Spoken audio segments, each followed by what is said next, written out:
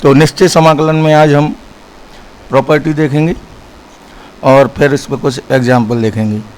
ठीक है, तो डेफिनेट इंटीग्रेशन पढ़ेंगे आज।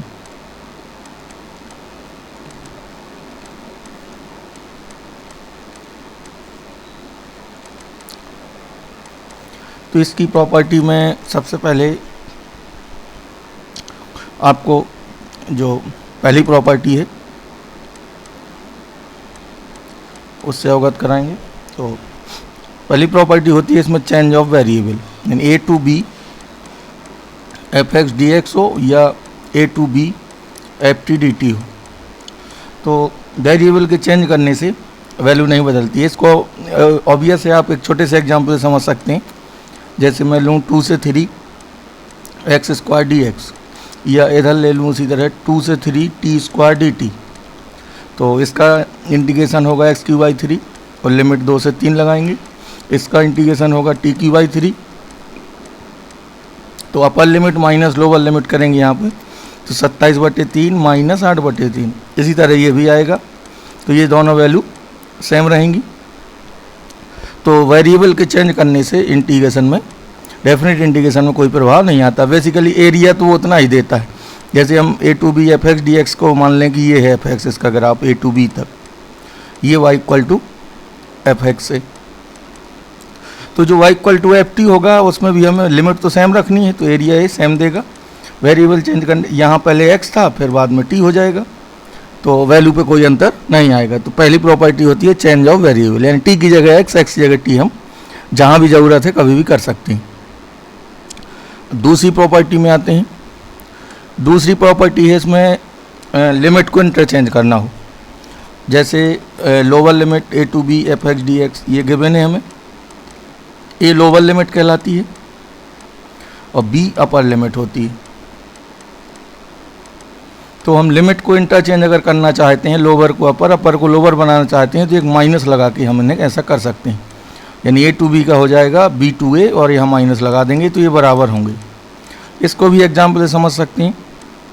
उसी एग्जाम्पल से 2 से 3 एक्स स्क्वायर डी एक्स है, तो इसको हम लिख सकते हैं माइनस 3 से 2 एक्स स्क्वायर डी एक्स। अब ये पूरी चीज़ सॉल्व करेंगे तो ये और ये वैल्यू दोनों सेम रहेंगी।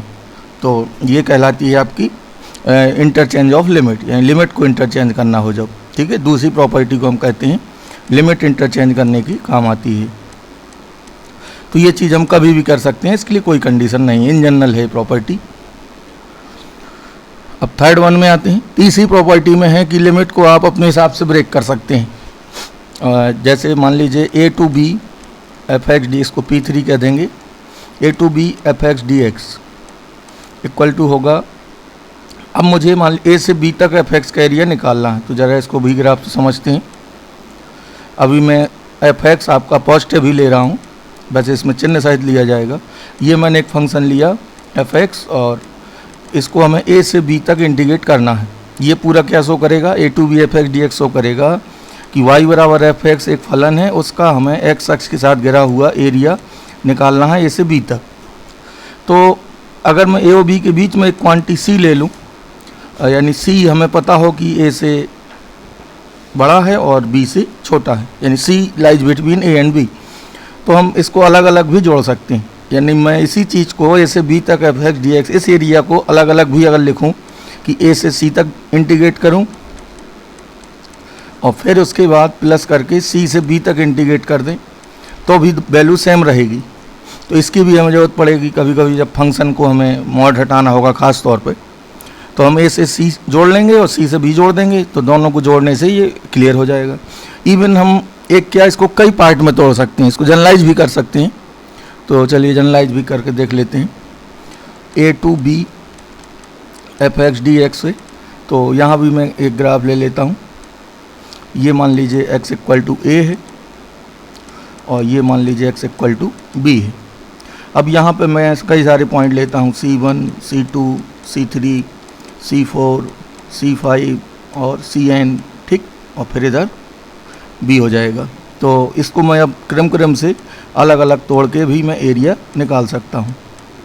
तो जिस तरह आपको आवश्यकता हो आप उस तरह इसको ब्रेक कर सकते हैं। तो इसको मैं लिख सकता हूँ in general A2C1 fx dx plus C1 से C2 fx dx plus C2 से C3 fx dx।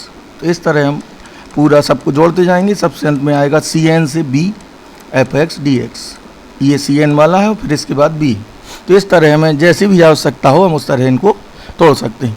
ख़ास तौर पे हमें ज़रूरत पड़ेगी मॉड वाले सवालों में, तो मॉड वाले को हम एरिया से और लिमिट हटा के दोनों तरीके से बात कर सकते हैं। इसके हम एग्जाम्पल भी अभी डिस्कस करेंगे। और उसके पहले ज़रा हम बात करना चाहेंगे किंग प्रॉपर्टी पे, जो सबसे महत्वपूर्ण प्रॉपर्टी है और लगभग 90% मामला इसी प्रॉपर्टी में घूमता है, इसलिए इसको किंग प्रॉपर्टी भी कहते हैं। चौथी जो प्रॉपर्टी है इसकी जनरल फॉर्म भी हमें क्लियर करना है, पर्टिकुलर भी, ये सबसे ज़्यादा महत्वपूर्ण है। इस पे ज़्यादातर चीज़ें आपकी इसी पे बेस्ड हैं, तो इस पे आपको अच्छे से प्रैक्टिस करना है और क्लियर करना है इसकी जनरल फॉर्म और पर्टिकुलर फॉर्म दोनों। तो चलिए मैं पहले जनरल फॉर्म ही लेता हूँ। A2B fx dx हो, इसके लिए कोई कंडीशन नहीं, हर सवाल में आप इसको अप्लाई कर सकते हैं। A2B f of a plus b minus x dx। तो ये जनरल है चौथी, इसको हम ये हमेशा लिख सकते हैं। यानी x की जगह पे मैं क्या रख रहा हूँ, ये जो x है और x की जगह पे देखिए ये आया है, x की जगह आया है a plus B minus x. यानी हम x की जगह पे a plus sum of limit minus x हमेशा रख सकते हैं। x के स्थान पर हम sum of limit minus x हमेशा रख सकते हैं और वैल्यू पे कोई अंतर नहीं, क्योंकि a प्लस बी क्या है, सम ऑफ लिमिट्स और माइनस एक्स। तो आप इस तरह याद रख सकते हैं कि x के स्थान पे हमें सीमाओं का योग माइनस एक्स, ये हम हमेशा कर सकते हैं। सम ऑफ लिमिट, जो भी लिमिट है, अगर ज़ीरो है तो ज़ीरो आ जाएगा वो, सम ऑफ लिमिट माइनस एक्स, ये चीज़ हम हमेशा कर सकते हैं। और कहीं भी आप इसको लगा सकते हैं, इसके लिए कोई कंडीशन नहीं। तो चलिए पहले हम इसको प्रूफ भी करा देते हैं, फिर इसकी पर्टिकुलर फॉर्म देख लेंगे। तो प्रूफ कराने के लिए हम राइट हैंड साइड लेंगे। A2B f of a plus B minus x D x. तो a plus B minus x को मैं t एज्यूम करूँगा, अब ये प्रूफ करना है हमें। तो t मानने के बाद जो भी मानते हैं आप उसी की रिस्पेक्ट में अवकलन करते हैं। अब हमें जब हम t मानेंगे तो यहाँ जब t इंसर्ट हो जाएगा तो हमें सब कुछ अब t और dt में चाहिए होगा, x को हमें हटाना होगा। तो चलिए x t की रिस्पेक्ट में डिफ्रेंसिएशन a और b का 0 होगा, x का होगा dx ओवर dt और t का 1 होगा। अब लिमिट भी चेंज होगी, तो जो लिमिट पहले दी होती है वो x के हिसाब से होती है। अगर यहाँ dx है तो ये x के मान होते हैं, ये x की लोअर वैल्यू a है, अपर वैल्यू b है। तो जब dt आ जाएगा तो हमें t के मान रखने होंगे यहाँ, तो इसके करस्पॉन्डिंग में हमें दो t मिलेंगे। जब x a है तब t कितना है और जब x b है तब t कितना है, ये हमें पता करना होगा। तो x equal to a put कर दीजिए इसमें, तो a से a कैंसिल होगा, t आएगा b, और जब x इक्वल टू b रख देंगे यहाँ तो b से b कैंसिल आउट होगा, t आएगा a। तो लोअर और अपर लिमिट की करस्पॉन्ड में आपको वैल्यू मिली, a पर हमें मिला है b और b पर मिला है a, ये हमें ध्यान देना होगा। और चलिए अब हम इसको आगे बढ़ाते हैं। अब मैं इसको t में कन्वर्ट करता हूँ, लिमिट बाद में लगाऊंगा। f a plus B minus x की जगह t रखा है और dx की वैल्यू आएगी यहाँ से माइनस dt, तो ये माइनस इधर आ जाएगा और जो जिसके करस्पॉन्ड में आया है वही लिमिट वहाँ रखी जाएगी। a के करस्पॉन्ड में देखिए b मिला है तो इधर b आएगा और इधर a आएगा। अब हम अगर ये लिमिट को, क्योंकि हमें जो प्रूव करना है उसमें अपर लिमिट b है, इधर ये लोअर में है, तो लिमिट इंटरचेंज कर देंगे, लिमिट इंटरचेंज वाली प्रॉपर्टी लगा देंगे और उसको लिख भी देंगे बगल में। तो ये प्लस हो जाएगा, एक नेगेटिव और मिलेगा और ये हो जाएगा A2B F2 FT dt। अब हम चेंज ऑफ वेरिएबल लगा देंगे। चेंज ऑफ वेरिएबल में हम t के स्थान पर क्या लिख सकते हैं, x, ये भी हम यहाँ दिखाएंगे और उसके बाद हम इसको लिख देंगे A2B fx dx। यही हमें प्रूव करना है। तो इस तरह से हम इसको प्रूव कर सकते हैं हमेशा। और जो इसकी पर्टिकुलर फॉर्म है वो, उसमें जो लोअर लिमिट है वो 0 हो जाएगी। P4 की जो पर्टिकुलर फॉर्म है आप यहीं से इसको याद रखेंगे, A2B fx dx। General form ये होती है a plus B minus x D x, ये जनरल फॉर्म है। इसमें मैं पर्टिकुलर इसका निकालना चाहता हूँ तो मैं ए इक्वल टू 0 रख दूंगा सीधे। ए इक्वल टू 0 रखूँगा तो 0 to B F x D x equal to 0 to B F of b minus x D x. तो ये हम पर्टिकुलर में इसे भी लगा सकते हैं, क्योंकि ये वही है, सम ऑफ लिमिट्स करेंगे तो 0 प्लस बी आएगा तो बी माइनस एक्स ये आएगा इधर। तो इसमें पर्टिकुलर जब एक लोअर लिमिट 0 हो जाती है तो ये भी हम कह सकते हैं है वही है, क्योंकि x की जगह यहाँ भी क्या रखा गया है, यहाँ रखा गया है sum of limits minus X. Sum of limit होगा 0 प्लस बी, 0 बी का योग बी होगा और माइनस एक्स, तो बी माइनस एक्स रखा जाएगा। तो आप उससे कंपेयर भी कर सकते हो, लेकिन ये पर्टिकुलर भी यूज है इसलिए मैंने इसको भी लिख दिया है। ठीक है, ये पर्टिकुलर है। किताबों में बी की जगह ए लिखा होता है तो आपको इससे मतलब नहीं, जो भी अपर लिमिट में है वो माइनस एक्स होगा। ठीक है, ए हो या बी हो। मैंने यहाँ पे याद करने के हिसाब से ए को 0 लिया है, ए की जगह बी है, इससे आपको याद भी रहेगा, इसमें कोई समस्या नहीं। अब हम चौथी प्रॉपर्टी के और यूजेज की बात करते हैं।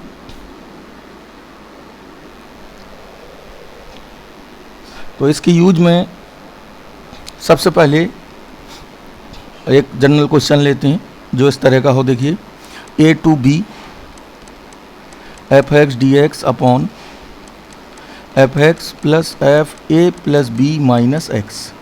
इस रूप का कोई भी क्वेश्चन हो, ये हो या एक फॉर्म और इसमें आ सकती है, f A plus B minus x D x upon F x plus F of A plus B minus x.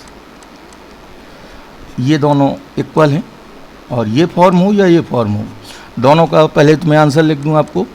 इनका आंसर आएगा difference of limit by 2, limit का अंतर बटे 2। लिमिट का अंतर क्या होगा, b माइनस ए और बाई 2। इन दोनों के आंसर होंगे लिमिट का अंतर -2, यानी upper limit minus lower limit upon 2। अब ये कैसे आता है इसको भी देखते हैं। तो पहले हम पहली वाली इक्वेशन ले लेते हैं, आई मान लेंगे इसको, A to B F x D x upon F x plus F of A plus B minus x. ये इक्वेशन 1 मान लेंगे। अब हम इसमें चौथी प्रॉपर्टी अप्लाई करेंगे, P4 लिख देंगे और प्रॉपर्टी भी लिखेंगे। मैं तो P4 लिख दूंगा, लेकिन आपको हमेशा यहाँ पर प्रॉपर्टी पूरी लिखना है। A to B F x D x equal to होता है A to B F of A plus B minus x D x. ये प्रॉपर्टी लिखने के बाद इधर अप्लाई करेंगे इसी में, तो ये बराबर हो जाएगा ए टू बी। अब मैं जहाँ जहाँ एक्स है, ये मैं जनरल बात कर रहा हूँ, यहाँ जहाँ एक्स है वहाँ वहाँ रखना है। अब सम ऑफ लिमिट माइनस एक्स, तो इधर एक्स के स्थान पे आएगा ए प्लस बी माइनस एक्स। बाकी एज इट इज रहेंगे सब, इधर भी आएगा ए प्लस बी माइनस एक्स, और आखिरी वाले में भी इधर आएगा, तो एक्स की जगह रखा जाएगा ए प्लस बी माइनस एक्स। तो ए बी कट जाएंगे, यहाँ पे आपका बचेगा सिर्फ एफ एक्स प्लस का हो जाएगा ये। तो आगे इसको लिखते हैं, फिर पूरा इसका b माइनस ए बाई 2 कैसे आता है ये देखिए। तो इक्वेशन 2 मान लेंगे इसे सॉल्व करके लिखेंगे, तो ये आएगा A to B F of A plus B minus x D x upon F A plus B minus X और प्लस एफ एक्स। ये इक्वेशन नंबर 2 हो गई। अब हम ए को 2 को ऐड करेंगे। तो जब ऐड करेंगे तो देखिए जो चीज़ें सेम हैं वो ये है, ये इसमें कॉमन आएगा, और दो इंटीग्रेशन को हम तभी जोड़ सकते हैं जब उनकी लिमिट सेम हो, ये ध्यान रखेंगे। अगर लिमिट सेम नहीं है तो हम निश्चित समाकलन को इस तरह ऐड नहीं कर सकते, सिर्फ समान लिमिट में। देखिए यहाँ लिमिट ए टू बी है और इसमें भी ए टू बी है, और ये जो मैंने हाईलाइट किया है ये कॉमन लेना है, ये दोनों में कॉमन आएगा और ये प्लस ये होंगे। और अगर मैं बात करूं तो चौथी प्रॉपर्टी हम अप्लाई तो कहीं भी कर सकते हैं किसी भी क्वेश्चंस में, लेकिन स्पेशली हमें इसका यूज करना है तब जब ये प्रॉपर्टी अप्लाई करने पर जो डिनोमिनेटर है हर है वो अगर चेंज नहीं हो रहा है, तो इस प्रॉपर्टी से हमें हमेशा फ़ायदा होती है। इस सवाल में भी देखा जाए तो देखिए हर जो था वो अल्टीमेटली वही रहा, एक बन गया इसमें और दूसरा कन्वर्ट हो गया वापस उसी में। तो यहाँ हमें जब भी डिनोमिनेटर चेंज नहीं होगा तो इस प्रॉपर्टी से हमें फ़ायदा होगी। अब मैं ए को 2 को ऐड करूँगा, तो आई ऐड होगा तो ये हो जाएगा 2i equal to a to b, और जो कॉमन था उसको लिख देंगे अभी एफ एक्स प्लस आप ये ऐड हो जाएंगे, और जो कॉमन लिया था वो था d x upon F A plus B minus x plus F x. अब इसमें होता ये है कि ये देखिए जो भी चीज़ ये है पूरा ये और ये हमेशा कैंसिल हो जाता है इस फॉर्म में। जब ये कैंसिल हो जाएगा तो यहाँ क्या बचेगा, एक, और एक का समाकलन कर लेंगे। एक का क्या होगा, एक्स, और लिमिट लगा देंगे ए टू बी, तो upper limit minus lower limit, तो 2i बराबर b माइनस ए, तो i आ जाता है b माइनस ए बाई 2। तो अगर आपने पहचान लिया कि ये सवाल उसी पे बना है तो आप आंसर, किसी भी सवाल का आंसर फिर डायरेक्ट लिख सकते हैं। जैसे मैं एक दो क्वेश्चन लेता हूँ, बहुत छोटे छोटे हैं। 2 से 3 under root x D x upon under root x plus under root 5 minus x, ये क्वेश्चन है। तो अगर आपने इसको पहचान लिया कि f x upon F x plus F of A plus B minus x है, तो फिर इसका आंसर क्या होगा, बी माइनस ए बाई 2 होता है। Difference of limit, difference upper minus lower निकालना है, तो 3 में से 2 घटाएंगे और 2 का भाग देंगे, तो आंसर 1/2 आएगा। कहीं भी अगर ये फॉर्म बन रही है तो ये ऐड होने पे हमेशा एक आएगा, तो हमेशा answer b minus a by 2 आएगा। जो मैंने जनरल फॉर्म लिखी है एफ एक्स वाली, तो एफ एक्स की वैल्यू हम कोई भी रख सकते हैं यहाँ पे, और चाहे जितने सवाल बना लीजिए आप, बस ये एफ एक्स रखो तो ये प्लस बी माइनस एक्स भी रखोगे, कोई भी एफ एक्स मान के हम सवाल अब बना सकते हैं बहुत सारे यहाँ। बस अब जब क्वेश्चंस आएगा तो आपको कोशिश ये की जाएगी कि आपको डायरेक्ट दिखाई ना दे कि प्रॉपर्टी फोर्थ लगनी है, लेकिन आपको प्रैक्टिस करनी है इसमें अच्छे से। तो इसमें भी देखिए मैं एफ एक्स कैसे मानूंगा, रूट एक्स को, तो ये क्या हो जाएगा, ये है जो ये हो जाएगा आपका 5 माइनस एक्स, या 5 माइनस एक्स को हम ये भी लिख सकते हैं, ठीक है। तो एफ एक्स इतना है और ये हो जाएगा आपका एफ 5 माइनस एक्स, ये। तो इसका मतलब है कि ये वही फॉर्म है, और हम वैसे भी इसको लगाना भी चाहें ऑब्जेक्टिव में तो आप आंसर लिख सकते हैं, बाकी बोर्ड लेवल पे आपको लगाना होगा, तो वही चौथा लगा के, चौथी प्रॉपर्टी लगा के इसको प्रूव कर लेंगे। देखिए ये इक्वेशन 1 है, अब मैं इसमें P4 अप्लाई करूँगा, आंसर तो आपको पता रहेगा, और चौथी प्रॉपर्टी जब अप्लाई कर दूंगा इसमें तो ये क्या मिलेगा, 2 से 3x की जगह आएगा sum of limit minus X, that is 2 plus 3 minus x, यानी 5 माइनस एक्स अपॉन में 5 माइनस एक्स, और यहाँ भी x की जगह रखा जाएगा 5 माइनस एक्स। ये 5 कैंसिल आउट होगा। अब 1 और 2 को जोड़ूंगा तो देखिए इतना कॉमन फिर आएगा, ये कॉमन आएगा। तो जब ऐड करूँगा यहाँ भी तो 2 से 3 और root x plus root 5 minus x ये ऐड हो जाएंगे, और जो कॉमन लिया है डी एक्स अपॉन ये पूरा इससे कट जाएगा, तो यहाँ भी क्या बचेगा आपका 1 डी एक्स 2 से 3, तो 1 का x होगा, ये आएगा 3 माइनस 2, और फिर 2 का भाग दे देंगे, तो यहाँ से आपको वैल्यू मिल जाएगी 3 माइनस 2 1 बचेगा, और 2 का भाग होगा तो आंसर हाफ आ जाएगा। तो बस आपको इनको पहचानना है, और कुछ इसमें चीज़ें हैं जिसमें दिखाई दे जाता है कि कब लगाना है। तो एक हिंट यही है कि जब डिनोमिनेटर चेंज ना हो, चौथी प्रॉपर्टी अप्लाई करने पर अगर डिनोमिनेटर चेंज नहीं हो रहा है तो चौथी प्रॉपर्टी लगाने से हमें फ़ायदा अवश्य होगी, ठीक है ना। तो इसको याद रख सकते हैं कि जब डिनोमिनेटर चेंज ना हो, यानी जो भी लिमिट होगी उसके साथ से चौथी प्रॉपर्टी अप्लाई करा के देख लेंगे, हर चेंज अगर नहीं हो रहा है तो हमें चौथी प्रॉपर्टी लगा सकते हैं। अगर कहीं नहीं भी लगनी हो आप लगा देते हैं तो क्वेश्चन तब भी गलत नहीं होगा, क्योंकि इसकी कोई कंडीशन नहीं। स्टेप आपके छोटे बड़े हो सकते हैं, लेकिन आप अप्लाई कहीं भी इसको कर सकते हो बिना किसी कंडीशन के, ना कुछ आपको चेक करना होता है इसमें, और इसको याद रखना है आपको चौथी प्रॉपर्टी को अच्छे से। कुछ क्वेश्चन और लेते हैं, खासकर साइन वाले फॉर्म के हैं, तो चलिए देखते हैं उन्हें। इसमें किसी भी तरह बने 0 to π/2 sin x की power n dx upon cos x की power n plus sin x की पावर n, ये हो, और या 0 to π/2 cos x की power n dx upon sin x की power n plus cos x की पावर n। इस रूप का कोई भी क्वेश्चन हो, इसका आंसर भी हमेशा आएगा π/4। इसको भी समझ सकते हैं किस तरह आएगा, तो ये वही दे रहा है एफ एक्स वाला मामला पूरा, ये एफ एक्स है तो ये वही पूरी फॉर्म है जनरल, तो इसका आंसर π/4 यहीं से तो मिलेगा। b माइनस a/2 होता है, ये a है ये b है, तो b माइनस a/2 यहाँ से π/4 ही मिलेगा। और ऐड करके लगाएंगे आएगा। यहाँ जो n दिख रहा है देखिए n यहाँ पे जरूरी नहीं कि पॉजिटिव इंटीजर हो, n यहाँ पे कोई भी रियल नंबर हो सकता है। जैसे मैं n बराबर 1/2 ले लूँ, n बराबर 3/2 ले लूँ, n बराबर 10 ले लूँ और n बराबर -10 ले लें, कोई भी वैल्यू हो वो n पर निर्भर ही नहीं करेगा, क्योंकि आंसर में n नहीं आ रहा है, इसका मतलब n पर डिपेंड नहीं कर रहा है, क्योंकि हर केस में वो ऐड हो जाएगा। जैसे n = 1/2 ले लेंगे तो यही क्वेश्चन बन जाएगा 0 to π/2 और sin x की पावर 1/2, इसको रूट sin x भी लिख सकते हैं, रूट cos x और ये रूट sin x 1/2 पर, ये भी π/4 आएगा। क्योंकि आंसर में देखिए n नहीं आता था, जब यहाँ n भी था तो इधर n नहीं आया था, तो यहाँ आंसर सेम रहेगा। तो इसको भी विशेष तौर पर ध्यान देना है। तो इसमें n की वैल्यू, दोनों में n की वैल्यू कुछ भी ली जा सकती है, आंसर यही मिलेगा। और अगर इसमें हम डिवाइड कर दें तो ये 10 में भी बदल जाएगा, 10 का भी सवाल बन सकता है। देखिए मैं पहले इसको दूसरे वाले पार्ट को देखता हूँ, इसमें मैं cos x की पावर n से डिवाइड कर रहा हूँ, तो ये 10 cot में भी दिखाया जा सकता है। तो वहाँ आप sin cos में बदल लेंगे या 10 cot से भी वैल्यू वही हो जाएगी उसकी। यानी मैं ये बोल रहा हूँ कि 0 to π/2 पहले वाले में डिवाइड करूँ तो 1 + 10x की पावर n, अगर ये भी है, और या 0 to π/2 dx upon 1 + cot x की पावर n, और ये है, तो इन दोनों का भी π/4 ही आएगा।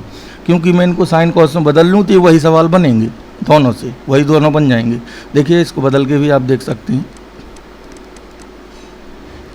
0 to π/2 और इसको जब साइन कॉस में बदलेंगे तो ये होगा 1 + sin x की power n upon cos x की पावर n। अब एलसीएम लेंगे तो 0 to π/2 dx और cos x की पावर n ऊपर जाएगा और sin x की power n plus cos x की पावर n, तो देखिए वही बन जाएगा। तो इस तरह इसको ध्यान रखना है। तो सभी के π/4 ही आएंगे, इस तरह की कोई भी प्रॉब्लम हो। और जनरली हम बात करें कहाँ लगती है, तो जब इस तरह का क्वेश्चन बनेगा कि कोई x हो यहाँ पे और यहाँ पे कोई ट्रिग्नोमेट्रिक फंक्शन दिया हो, जैसे sec x upon sec x plus 10x dx या x into sine x upon 1 + cos x, इस तरह कोई भी प्रॉब्लम हो और x भर इंटू में दिया हो, तो हम x हटाने के लिए चौथा प्रगुण यहाँ भी यूज़ करते हैं। तो ये चौथी प्रॉपर्टी थी जो सबसे महत्वपूर्ण थी। अब दो प्रॉपर्टी और हैं, तो अगली वाली पे चलते हैं, पाँचवीं पे। जो फिफ्थ प्रॉपर्टी है वो है लिमिट हाफ करने वाली। तो हम लिमिट को कभी कभी अगर हाफ करना है तो देखिए 0 to a, 2a भी ले सकते हैं समझने के लिए, जो भी है उसका हाफ होगा। a है तो a/2 हो जाएगा, 2a लेंगे तो a हो जाएगा, उससे कोई फ़र्क नहीं पड़ेगा। तो a से ही याद रखिए आप। 0 to a f(x) dx, इसको मैं लिख सकता हूँ 2 × 0 to a/2 f(x) dx, लेकिन ये हमेशा सत्य नहीं होगा, इसके लिए कंडीशन है। यानी मैं ये चीज़ तभी कर सकता हूँ जब f of a minus x बराबर हो f(x) की। तो ये आपको ध्यान रखना हो। यानी ये वाली प्रॉपर्टी आप तभी अप्लाई कर सकते हैं जब ये प्रॉपर्टी होल्ड कर रही हो। अगर ये होल्ड नहीं कर रहा है तो आप इसे नहीं लगा सकते। जैसे मैं एक एग्जांपल लूँ, 0 से पाई sin x dx, ये है, तो मैं यहाँ पर कर सकता हूँ 2 × 0 to π/2 sin x dx, limit आधी करके 2 का गुणा बाहर कर सकता हूँ, क्योंकि f a माइनस एक्स का मतलब a का मान यहाँ पे पाई है, तो f पाई माइनस एक्स होगा sin पाई माइनस एक्स, और sin pi minus theta sin theta ही होता है, तो ये f(x) के बराबर ही आ रहा है। तो इस तरह हम इसका यूज कर सकते हैं। और ख़ास तौर पे जब लिमिट 0 to 0 आती है कई सवालों में हल करने पे, तो वहाँ भी ये प्रॉपर्टी लगाई जाती है। अब आते हैं छठवीं प्रॉपर्टी पे। छठवीं प्रॉपर्टी है सम विषम फलन पे बेस्ड है, लेकिन इसको हमेशा नहीं लगा सकते हैं जब लिमिट कुछ खास हो। लिमिट इस रूप की हो -a2 + a f(x) dx, तो इसकी वैल्यू दो प्रकार से निकलती है। एक बार इसका मान 0 होता है, एक बार इसका मान 2 × 0 to a f(x) dx होता है। तो 0 तब होता है जब f(x) विषम फलन है, और 2 × इतना तब होता है जब f(x) सम फलन है। अब हमें सम और विषम भी समझना होगा, लेकिन इसको हम तभी लगाएंगे जब लिमिट इस तरह होगी, ठीक है। तो विषम फलन चेक करने का और सम फलन चेक करने का मामला आपको पता होना चाहिए। विषम फलन, कोई फलन विषम फलन तब होता है जब वो इस प्रॉपर्टी को फॉलो करे। इसको f of minus x equal to हो माइनस एफ एक्स के।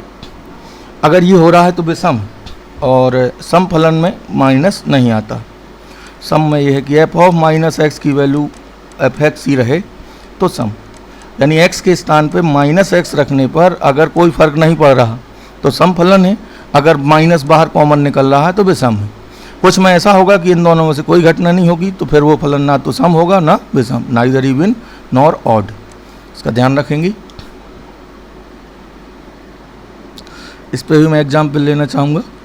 बस लिमिट इसको हम तभी अप्लाई कर सकते हैं जब लिमिट सेम हो। जैसे अब मैं क्वेश्चन लेता हूँ minus pi by two to pi by two sine x की पावर 99 dx। ऑब्वियसली जब जीरो वाला आएगा तो आपका एक आध नंबर में ही आएगा, तो वहाँ से भी आप गैस लगा सकते हैं। तो यहाँ पे एफ एक्स कितना दिया है आपको, साइन एक्स की पावर 99।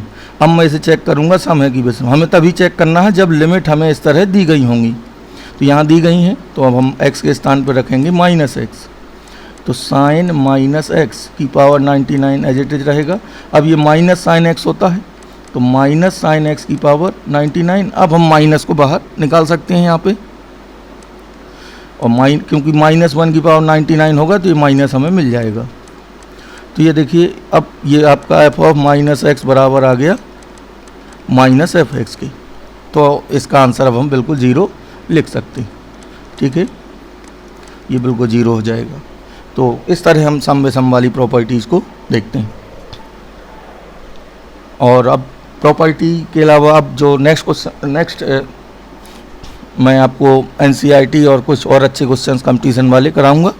आप इन्हीं पहले प्रॉपर्टी को कायदे से फोकस करेंगे और इनकी प्रैक्टिस अच्छे से कर लेंगे। Thank you.